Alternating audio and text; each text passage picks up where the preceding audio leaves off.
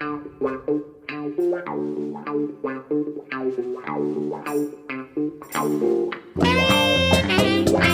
we're going to be focusing today on the England years. 1970 was a pivotal year for Alan Hudson.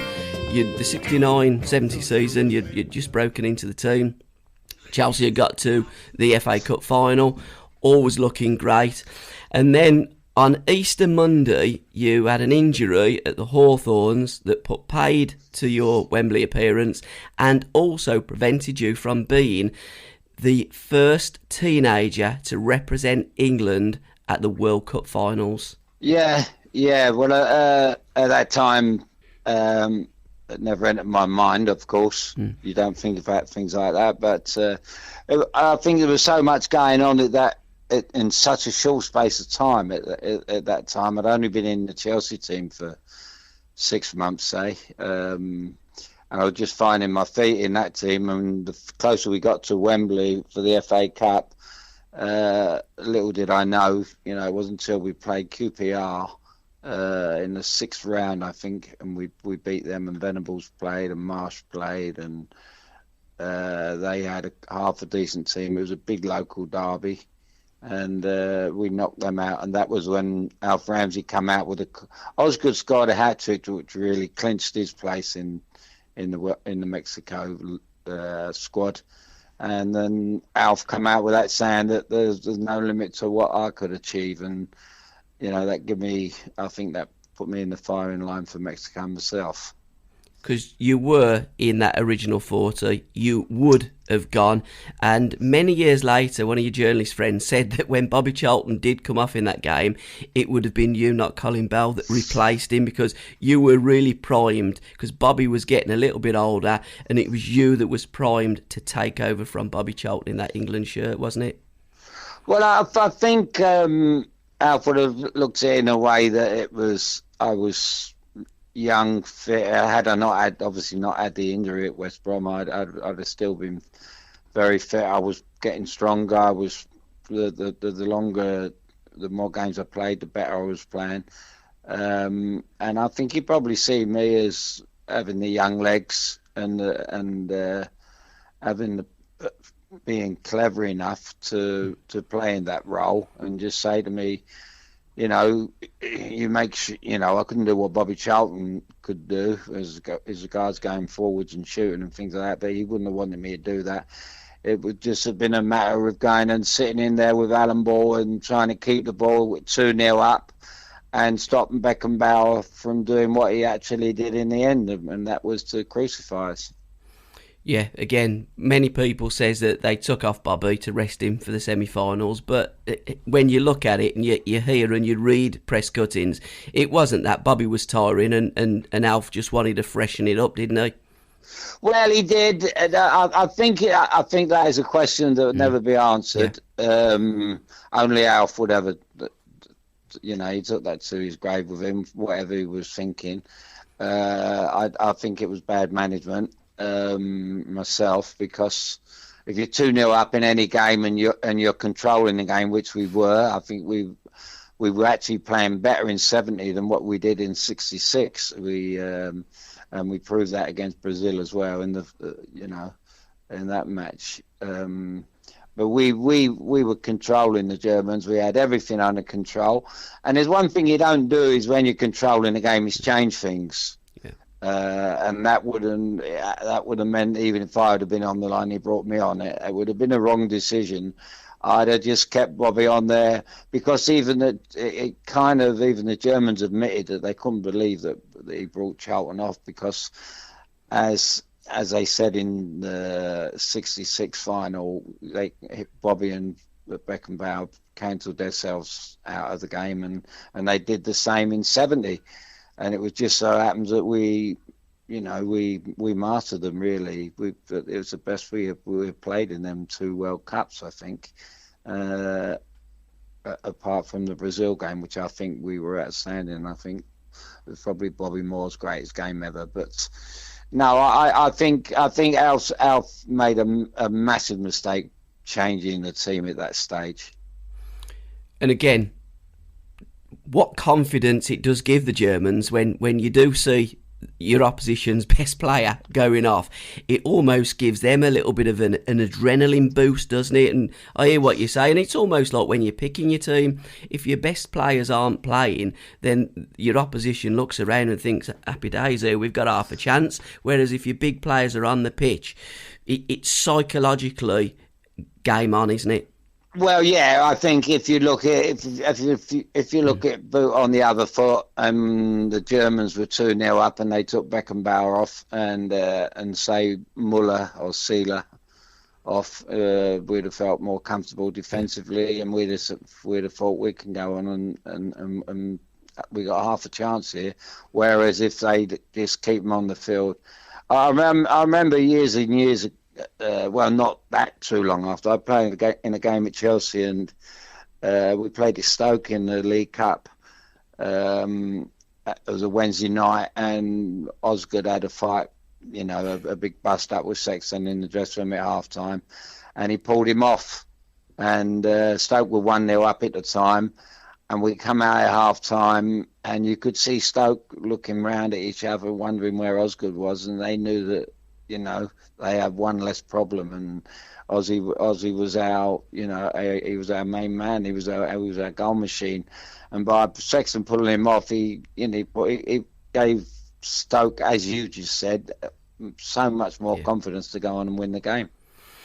Now, your international career consisted of 2 games, unbelievably 2 games. We're going to get onto that.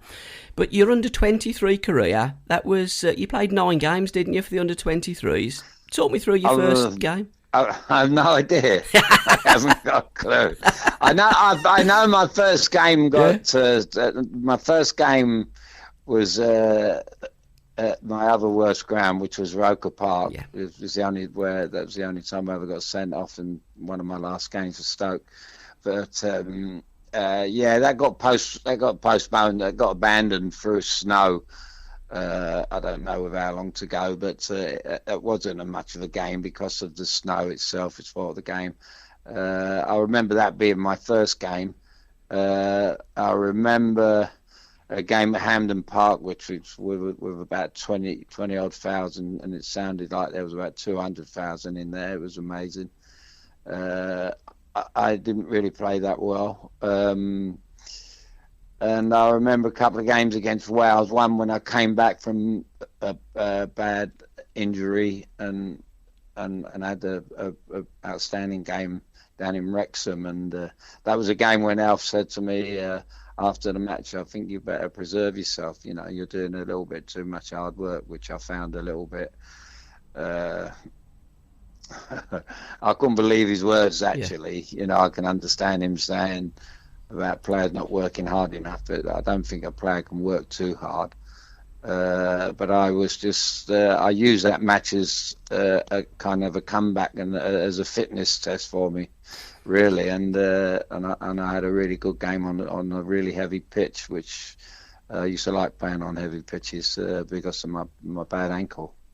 Now, your 3-year ban, that was towards the end of, was it the 71-72 season? You were still at Chelsea, obviously. Yeah. And it must have been before the 1972 game against Northern Ireland. So can you throw a little bit more light on that? Because Bobby Moore had told you that you were going to make your full international debut for England against Northern Ireland, a game that your old adversary Terry Neal scored the winning goal. That was my first. I think that was my first full international squad. Yeah. And Bobby just took me under his wing, and Bobby, I don't know what it was. I think he might see a little bit of George in me, and I don't know. He just took a liking to me, and he took me under his wing, and he came up to me before training. He just put his arm around me, and we was walking across, and I felt quite privileged. And all of a sudden he said, "Well done." He said, "You're playing tonight," and Bobby himself wasn't playing, funnily enough, and And he said, congratulations. And you just go and he gave me a bit of advice about, how to play, just play as you do at your club level, blah, blah, blah. And then all of a sudden, we had a little bit of a warm-up, and then Alf called us in, and then he read the team out, and my name wasn't mentioned. And I looked at Bobby, and he looked at me, and he was so embarrassed. And he apologised to me after, and I said, Bobby, please don't apologise to me. I said, you was trying to help me, and he must have changed his mind as he was looking around at the squad. I don't know, right? I don't know what happened, but why tell Bobby in the first place that I was going to play? I don't know. It's another one of our mysteries, Did your band come after that episode out or before yes. it? Yeah, it did. Yes, okay, it so did. that there was all these little things that were leading up to, and obviously, as you'd alluded to earlier, the heavier pitches suited you because of that injury that you picked up at the Hawthorns, and injuries dogged your career. And I mean, even so, many years later, in 1975, Tony Waddington got the Fire Brigade out so you could play again on an Easter Monday because you needed those heavy pitches. That's where you thrived. Well, yeah, I mean, I had a chronic... people don't really know. Not even the doctors knew at that time.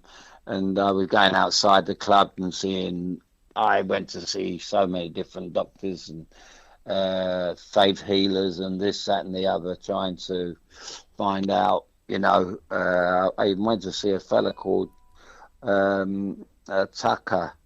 And he used to look after all the big boxers, and through the fella called Tony Mancini, who was a boxing family, he put my father onto him, and we went to see him. And strangely enough, I went to Bermuda some years later, and he was part of, there's a place in Bermuda called Tuckertown, and he was one of that family. But he was a top man in his field, and not even he could do anything with this injury of mine.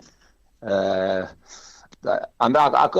could write we could do an old program on the people I see and how many different kind of treatments I had on it, but it was never going to get better. And therefore, it made it near impossible for me to play on hard grounds or anything like that. I just needed the rain, and the greatest thing that ever happened was probably my two most famous games were on the heaviest pitches. One was when it rained for 2 days before the West Germany game, and the other was when, as you say, Tony, got the Fire Brigade out before the Liverpool game, which was a big match over Easter. It was a third of 3 matches over them 4 days we used to play in. We played Friday and Saturday in London, West Ham and Arsenal, and then we went back to play Liverpool, the European champions at that time, and I was absolutely gutted. I said to Tony, Governor, I think I'll be missing Monday. It was top of the table clash as well. And he just said to me, no, you won't. He said, you won't. He said, because I've heard the weather forecast. He said, I've heard it's going to rain. And he made it all up, knowing in his mind that he would get the Fire Brigade in, which was another master stroke by him.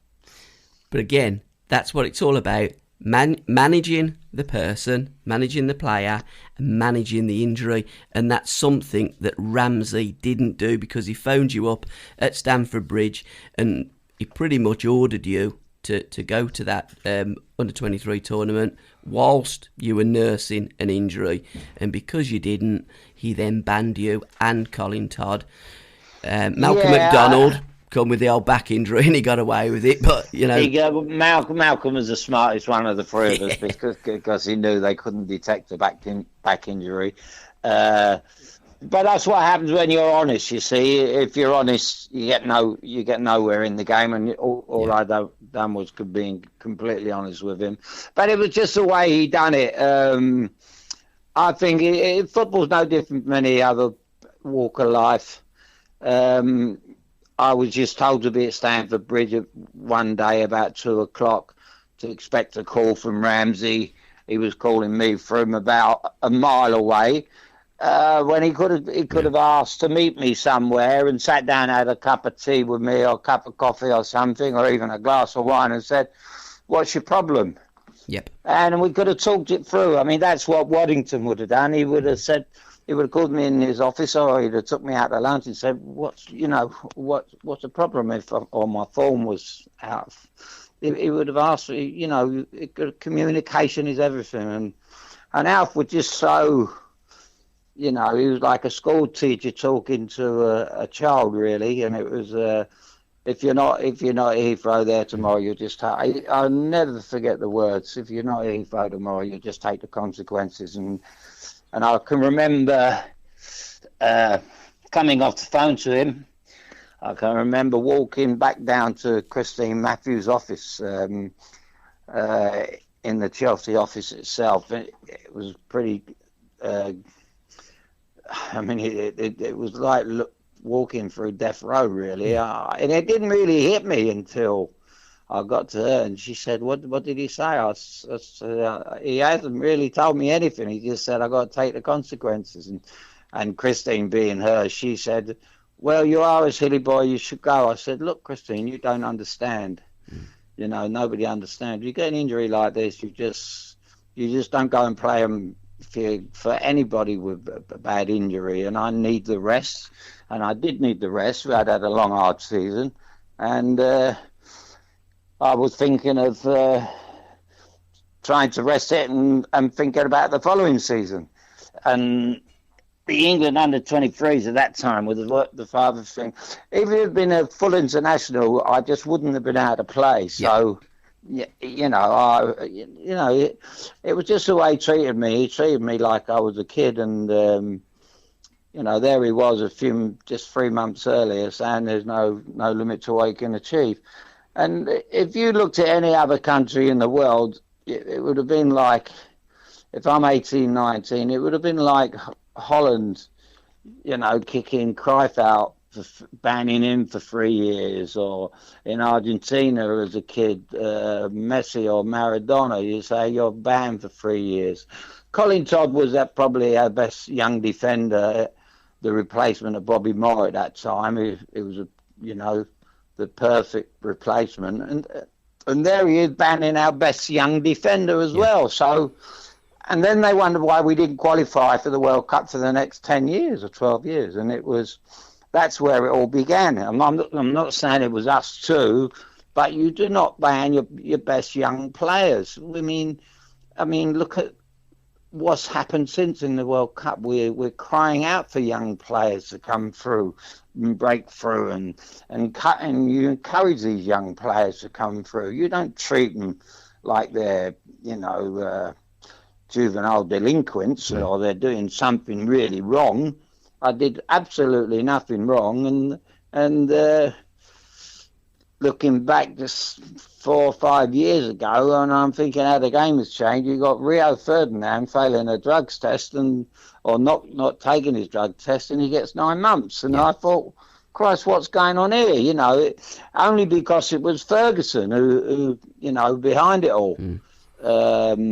And I thought, it was just Ramsey. I think because he won the World Cup, he kind of put himself up on a pedestal to actually do anything he wanted to do, and it was wrong. I should have been brought in front of a committee of some sort and asked questions of why I didn't want to go on this tour, which was a friendly tour. It wasn't even like they do today, a World Cup, under-21 World Cup. It was just a friendly under-23 tour, and my ankle just wouldn't have took it. We're just interrupting you a little bit here. Gary Tibble said it's great to hear Alan Hudson. He also said Alan should have played more for England. I think everybody agrees with that. And Mossy says, hi guys. Great listening to Alan Hudson as always. Now, Bobby Moore, let's talk briefly about Bobby. My opinion is with great captains, they almost win you things rather than the managers, because they're the ones on the pitch. And the way I looked at 1966, had Bobby Moore not have played for England, we probably wouldn't have won it. We did have, yes, some world-class players. And then when Alf's time is running out, I think the ideal, looking back, and it's great to have a crystal ball, but I think having Bobby Moore managing the England team and having some input in the England team would have been instrumental to the development of the younger, more maverick players that the establishment overlooked for a generation almost. No, I couldn't agree more. I think as young players look up to people like Bobby. It was Bobby, but Bobby was more than just a great player. The likes of Bobby Charlton. You can't say the same thing of, because Bobby was a different character at all. But Bobby Moore was more like a Franz Beckenbauer in Germany. The way he handled himself. He took over the team there. Johan Cruyff taking over the Dutch team. I'm not saying Bobby Moore would have been a great England manager, but put him some kind of position and bring. I think he would have been a great England manager if with someone like Don Howe as a coach under him. Yep. Bobby knew the best players in the country, and Don would have straightened them out. I'm not a lover of coaches, but Don is the only one I can actually say I've ever played under that did anything worthwhile in training. But he never told you what to do. He just organised your defence, and yes, I agree. I mean, and nobody's ever mentioned that Bobby Moore. I mean, the way Bobby was treated by the FA was shabby anyway. It was terrible, and I think the same goes for West Ham. The way they treated him was awful. To let him leave and go to Fulham like he did after giving such service to them. I mean, they got to 3 finals in 3. He I think he probably the only man who got to 3 finals in 3 years. By winning the FA Cup with West Ham. Then they won the Cup Winners' Cup the year after with West Ham at Wembley, and then the following year I think they won the World Cup. Yep. So he's gone up them steps 3 times in 3 years, and now you can't get no greater experience than that, and doing it for West Ham as well. And West Ham treated him as if he was just another player at the end of the day. And then you got the likes of Trevor Brooking, who gets a job with the FA. Yeah. Now, that doesn't add up. But as a person as well, what was Bobby like? Because, he set you guys under the wings, and not only, on the training field, but down to the pubs. And Bobby was part of the scene, wasn't he? If you can imagine knowing Bobby, and he's won the World Cup, he's done everything the game there is to be done. Yeah. He's revered by everyone, and if he walked in the pub and you're in the pub, he was just another one of the lads. But he was always immaculate. He was always immaculately dressed. And he was always one of the lads. He was never put himself above anybody. He was modest as anything, and he was always there for advice for anyone. And for me, he was terrific right to the end. Even before he died. The last time I see him was at a Phil Collins concert, and me and Phil had a drink together. And when I'm feeling blue, take a look at you, then I'm not so blue. When you're close to me, I can feel your heartbeat, I can hear you breathing in my ear. Wouldn't you agree, baby, you and me got a groovy kind of love.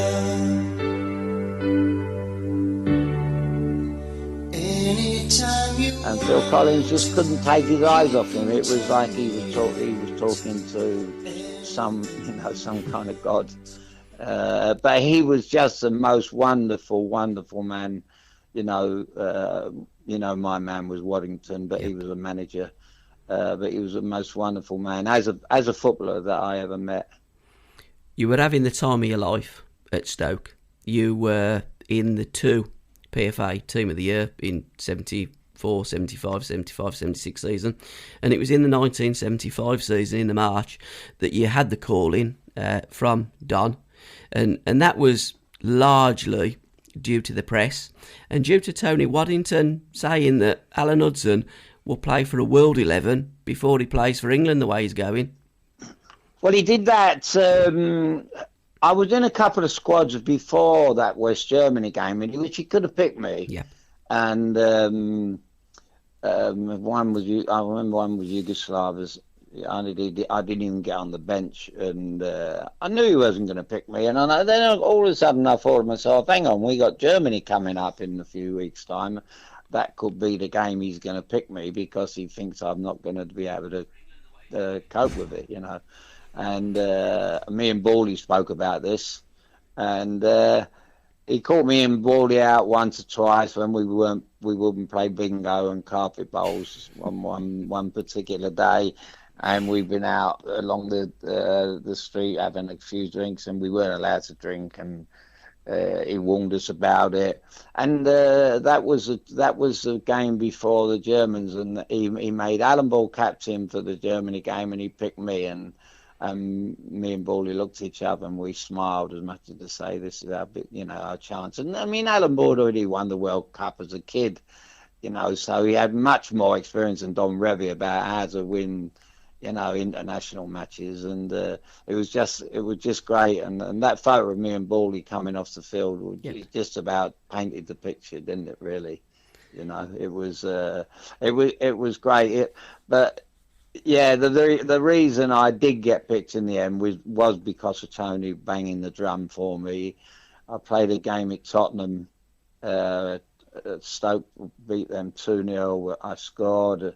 I played outstanding that game, and it was the first time Stoke had won there in 100 years, and I'll never forget all the, you know, the Fleet Street gang were outside, and Tony was talking to them, and then I see that quote on the Monday saying that, you know, that I played for, you know, how well have I actually got to play to get in the England team? You know, I will play for the World 11 before. You know, he was having a knock at Don in the nicest possible way, because he wasn't the kind of man to point the finger at anyone, but he was just stating a fact. What the hell did I have to do to get a game, you know? White Hart Lane was your favourite ground, wasn't it? Your dad used to take you there to watch the great Tottenham team, and also used to take you to Arsenal to watch the wonderful George Eastham as well. Well, Chelsea supporters may hate me for saying this, but White Hart Lane was my favourite ground. Outside of the Victoria ground when I played there for that period of time. But White Hart Lane would always be outstanding. Yeah, my dad would take me there, me and my brother, because that was when they had the first ever double winning team. They've had the best football team. We all have Jimmy Greaves. John White played inside right. He always took me to see great inside forwards. The great Dave Mackay. I mean, Blanche Flower. That was a one, and it was always packed out. And my dad would finish work. I mean, he worked for himself anyway. He was just a window cleaner, and he got off work this day, and he said, "Come on, we'll go to Tottenham." And then, whenever Arsenal were home on a Wednesday night, he would take us over to see George Eastham, and that was a story that, I mean, that really was an incredible story, because you know, he didn't really used to say George Eastham the best player I've ever seen, but he used to say, "Watch this fella play," you know. And lo and behold, there was George. I was standing next to George when he scored the winner against me in the final, in the 72 League Cup final with Stoke, which I got on my wall. I'm standing next to him as he's scoring it, and strangely enough, Tony see enough, I think, of me to think that I would be the one to replace him. And it was. I remember my first game for against Liverpool and pulling George's shirt on, and knew I had to do something because he was such a hero in Stoke, and I couldn't rubbish his shirt, kind of thing. And luckily enough, it all worked out. Because one of your other heroes, the great Johnny Haynes, in 1950, Johnny would have been the first teenager to represent England at the World Cups, but in that squad of 22, England only took 17, and Johnny was one of those that was left. And to listen to the rest of this podcast, head on over to www.patreon.com/SRB Media. Thank you.